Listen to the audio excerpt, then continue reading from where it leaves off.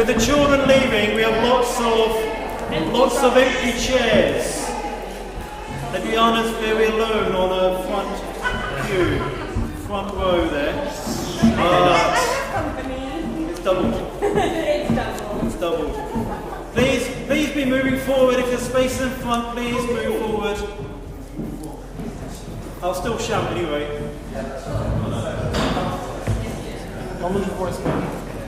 So, have I grown since I last year? I'm sure the lectern used to be up here. Maybe I'm just a bit taller. Yeah. Well, we're going to carry on in our season Mark. That's very convenient because we're going to be looking at Mark today. If you have a Bible, please open up to Mark chapter 7. We were in Mark 7 last week as well. And I'm just going to find it as well.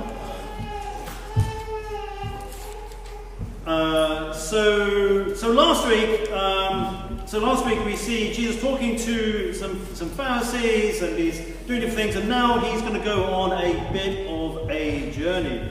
So can we have the next slide, please? There we are. So picking up in verse 24, 24 down to 26, Mark chapter 7, 24. Jesus left that place and went to the vicinity of Tyre. He entered a house and didn't want anyone to know it. Yet he could not keep his presence secret. In fact, as soon as she heard about him, a woman whose little daughter was possessed by an impure spirit came and fell at his feet. The woman was a Greek, born in Syrian Phoenicia. She begged Jesus to drive the demon out of her daughter. Right, better find the right page in my notes here. There we are. Start at the beginning, right in the middle. So Jesus here, he's in Tyre, okay? He's not in Israel. Why is he here? Well, we're not actually told. But I know he had such a busy ministry that he needs some rest. I'm assuming that he's probably travelling to go and get some rest. But as he's there, there's a woman finds out his presence. He can't keep his presence secret. And a woman, a Greek woman, a Gentile woman, that's a non-Jew, finds out that Jesus is he's resting somewhere. He's in this house, and she has a daughter who is sick. And as a parent, I'm a parent of 4 children. Some of them were quiet during communion earlier. Well done, Cara, for persevering. And as a parent, you'd do anything pretty much for your children.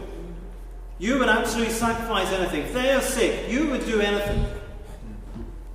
And she's heard about the miracles that Jesus has performed elsewhere, somehow.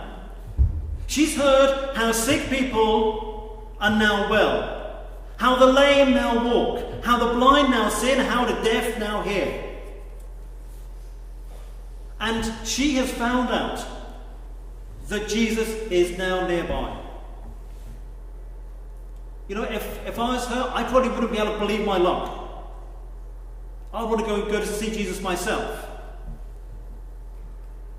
And you'd think, I know Jesus, this guy, I've heard all these stories, he must be such a wonderful, kind person who's just full of compassion. Now Jesus is going to heal my girl. But there's some social taboos that she's got to negotiate.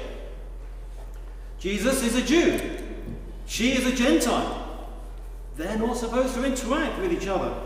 She's also a woman. For her to go and approach Jesus like this also would be a taboo. Yet in spite of these, she has this focus that if she sees Jesus, Jesus can heal her daughter. But we're going to see what happens. Just in verse 27, go to the next slide, please. And Jesus says to her request, first let the children eat all they want, he told her. For it's not right to take the children's bread and toss it to the dogs. Well, Jesus' reply is not immediately encouraging. No. Dogs are not the well-loved creatures that they are today, back 2,000 years ago. You know, today a dog is the man's best friend. We have dog shows, we have different things, and some people are dog people. And that's not really how the Bible describes dogs. They're not always talked about in a very positive light.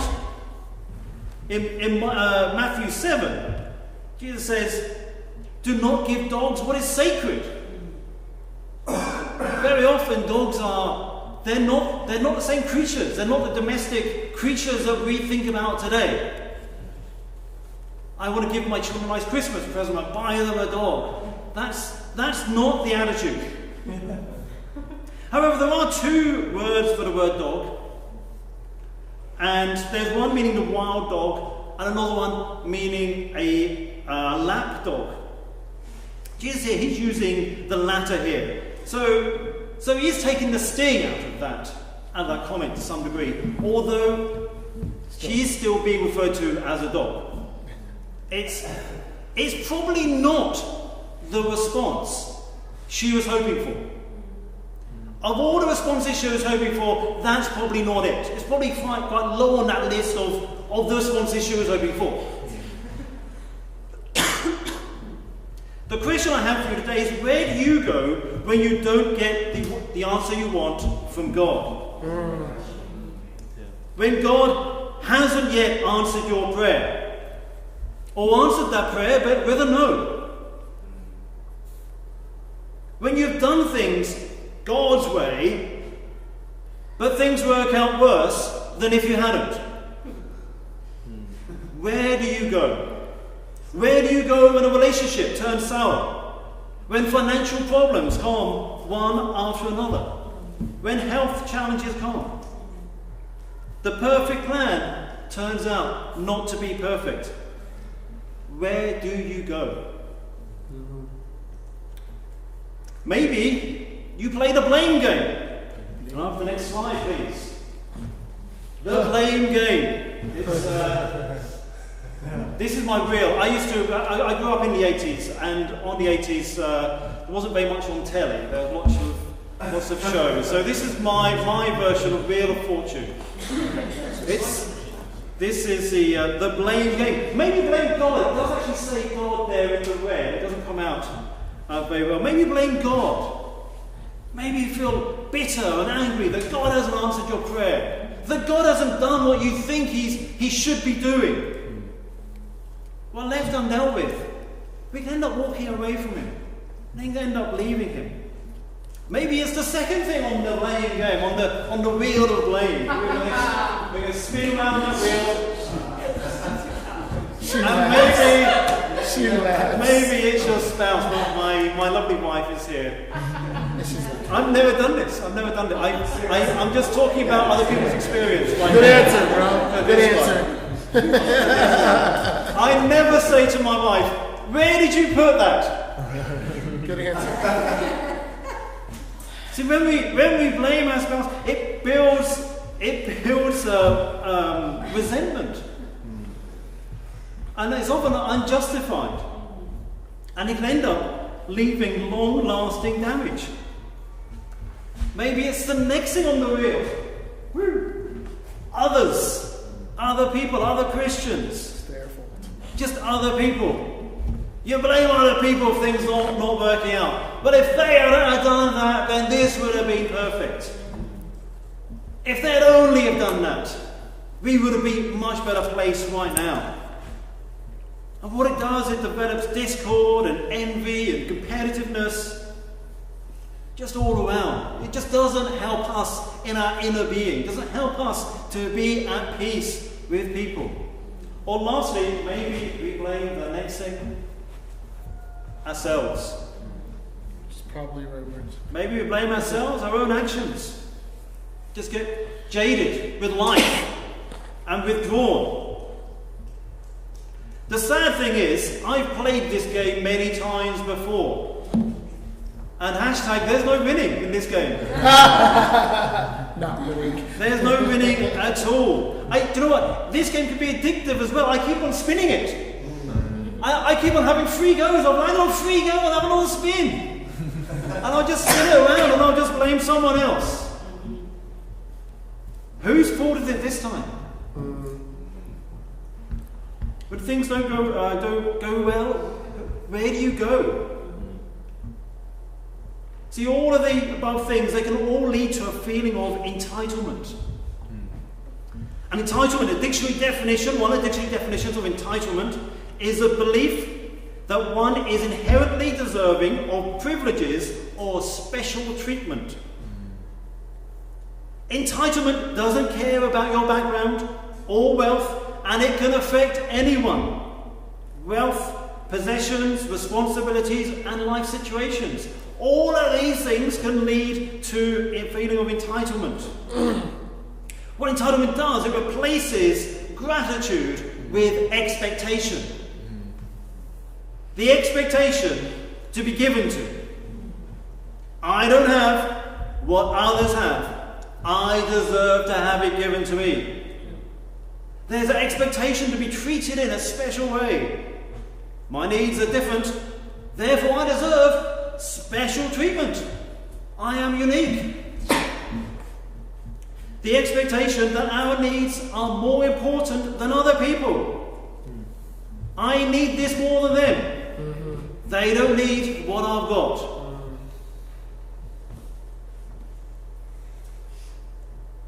They can, entitlement.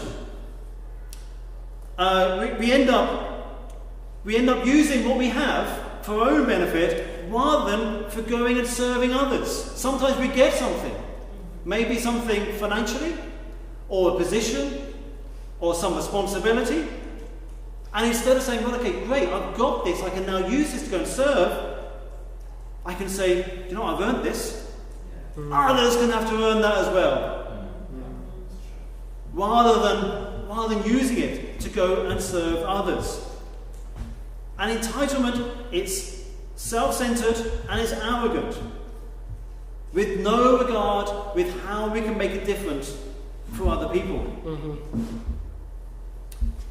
You know, one of the things I really appreciate about my wife, last year, many of you know, not everyone will know, but many of you know, my wife got cancer last year. And one of the things which was amazing to me was there was no temptation with Kirsty to say, why me in that situation? Why me? Why our family? And for me, that kind of dragged me along at times. I wanted to feel sorry for myself. I wanted to feel the sympathy of others, to get special privileges and use them in excuses and situations. I wanted to say, why me? I wanted to say, why our family? But just looking at my wife's example really helped me to pull me through situations. Because I could see her example, I could see how that was helping her and pulling her through. And at the same time, I knew that if I allowed myself to get a feeling of entitlement, get a feeling of why me, it would only lead to a negative situation. It would only take me to a very negative place. So by seeing my wife's example in terms of not having that feeling of entitlement with her health, it really helped me to help and lead the family through that difficult situation. Let's go and see how this woman handles the situation. So we're going to read 28 to 30. Lord, she replied, even the dogs under the table eat the children's crumbs. Then he told her, for such a reply you may go. The demon has left your daughter. She went home and found her child lying on the bed and the demon gone. She had no sense of entitlement. She had no expectation that she deserved anything. Call me a dog, the lowest of society if you wish. But even the dogs pick up what others throw away. And with that attitude, he says, I can work with that heart. I can work with that. It's not proud. She doesn't think I owe her anything. But she's got faith. Got faith as small as a mustard seed. And that can produce the miracle. In many respects, we are this woman. We too are Gentiles. While the Jews were rejecting Jesus, the Gentiles were eagerly picking up the bread of heaven that was falling to them. We deserve nothing from God, but God gives us generously to us anyway. And God can use us incredibly when we show the tiniest of faith. Let's carry on, and we're going to look at another little passage here about the goodness of God. We're going to pick up in verse 31. Then Jesus left the vicinity of Tyre and went through Sidon, down to the Sea of Galilee, to the region of the Decapolis. There some people brought to him a man who was deaf and could hardly talk, and they begged Jesus to place his hands on him. After he took him aside, away from the crowd, he put his fingers into the man's ears, and spat and touched the man's tongue. He looked up to heaven. With a deep sigh, he said to him, "Epaphra," which means be opened. At this, the man's ears were opened, his tongue was loosened, and he began to speak plainly. Jesus commanded them not to tell anyone. But the more he did so, the more they kept talking about it. The people were overwhelmed with amazement. He has done everything well, they said. He even makes the deaf hear and the mute speak. Once again, we see Jesus on the move. He's taking a bit of a scenic route here. He's somewhat going north instead of his final destination of going east. But anyway, he's on the move, and like what we often see with Jesus, a crowd is forming around him. And a deaf man and a man of poor speech is brought to Jesus. And the crowd have faith and expectation that Jesus is going to heal the man. In the scriptures, we see that Jesus heals in a variety of different ways. He heals the centurion servant from far away. He healed the man lowered through the roof by telling him to pick up his mat, and he was healed. He healed the man with the withered hand by just telling him to stretch it out. Jesus here could have done exactly the same thing. He could have said to the deaf man, "Speak." Yeah. He may not have heard. Touched him. But something could have happened. Something could have happened. But Jesus could have healed in a variety of ways. He could have done a show. He could have done things. He could have done a variety of things. But he does something here. He shows an incredible amount of love in this healing. He pulls him away from the crowd. Like this man here, I grew up having quite a lot of speech problems. I had a terrible stutter when I was growing up, and I had years of speech therapy. There were times when I couldn't say a sentence without stuttering quite badly. And I would think that if I did stutter, others would think I was stupid or thick or both. And I would make these very weird, contorted sentence structures that would start with syllables and different things that would help me not to stutter and try and get my point across.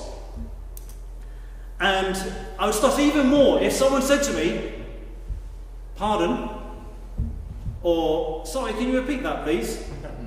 Oh, that would just crush me. Oh, it was crushing. And then I would stutter even more, and then I couldn't say anything. and then they would try and guess what I'm saying, and we're trying to and we're back to the sort of game show thing again. But it was this horrible act, and I feel like, I've become like a circus freak here in this situation, and all I want to do is get on a bus, and it's these situations that were just arrived, and it's just really embarrassing. And then other people would join in, and they would try and help out. And it's like, you're just a little boy thinking, I just want to get home. and it's horrible. And you just get very, very embarrassed. And Jesus does something. This guy's gone through this his whole life. He's gone through this his whole life. No, he's got people trying to help him and different things. But Jesus pulls him away from the crowd. This is not about the crowd in this situation. This is not a show. It's not like when the man was lowered through the roof. In that situation, Jesus says, I'm going to prove to you I'm the Son of God, that I have the power to forgive sins. Get your mat up and go home. I'm proving to you, Pharisees are hard-hearted. This is a show now that I have got the power to forgive sins. This is not that situation. This is about full-on compassion to this man. And he pulls him away from the crowd. It's just about him, Jesus, and the man. And then he touches the man's ears and the man's tongue. And when someone sees a touch from someone who is showing love towards them, it produces something special. You know, you think about newborn babies. When they're born, they're immediately given to their mothers to be hugged, to be cuddled, to get that skin-to-skin contact. There's something special here about touch. What about when a friend hugs you, genuinely hugs you? It's special. It's a special thing. I like to hold my wife's hand. It's special. I enjoy that. For the deaf man, it would have been even more special. When people lose one of their senses, the other senses overcompensate for that loss of that sense. The sense of touch would have really been there. This is something really special now that Jesus is doing for him. He could have healed from a distance. He could have healed without having to touch the man. But he didn't. He touched the man. 2,000 years ago, disabilities were not looked at on with compassion. But Jesus here shows compassion. It's quite possible that few people would have shown this man much love. See, to God, you're not a minion. You're not one of the crowd. You're not one of the masses. You're an individual. Someone with your own feelings. Someone with your own needs. And God knows it. God loves you in this way, in your own special way. How do we love each other? How do we love one another?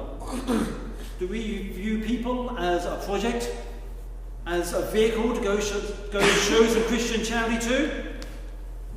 Or do we treat everyone as special and unique with their own needs? So just in conclusion today, I want to leave actually with the crowd here. So at the beginning of the Bible, we read in Genesis that everything was good. That God made everything good. In Genesis 1 in verse 31, God saw all he had made and it was very good.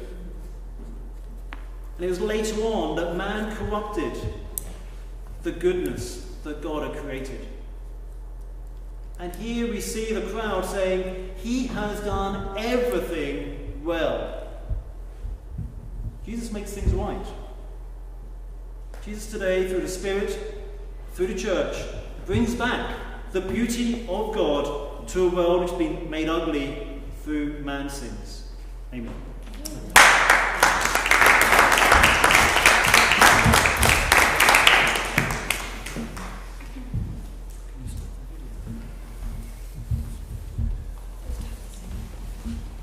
Thanks, Adam. Great to be reminded about how it is to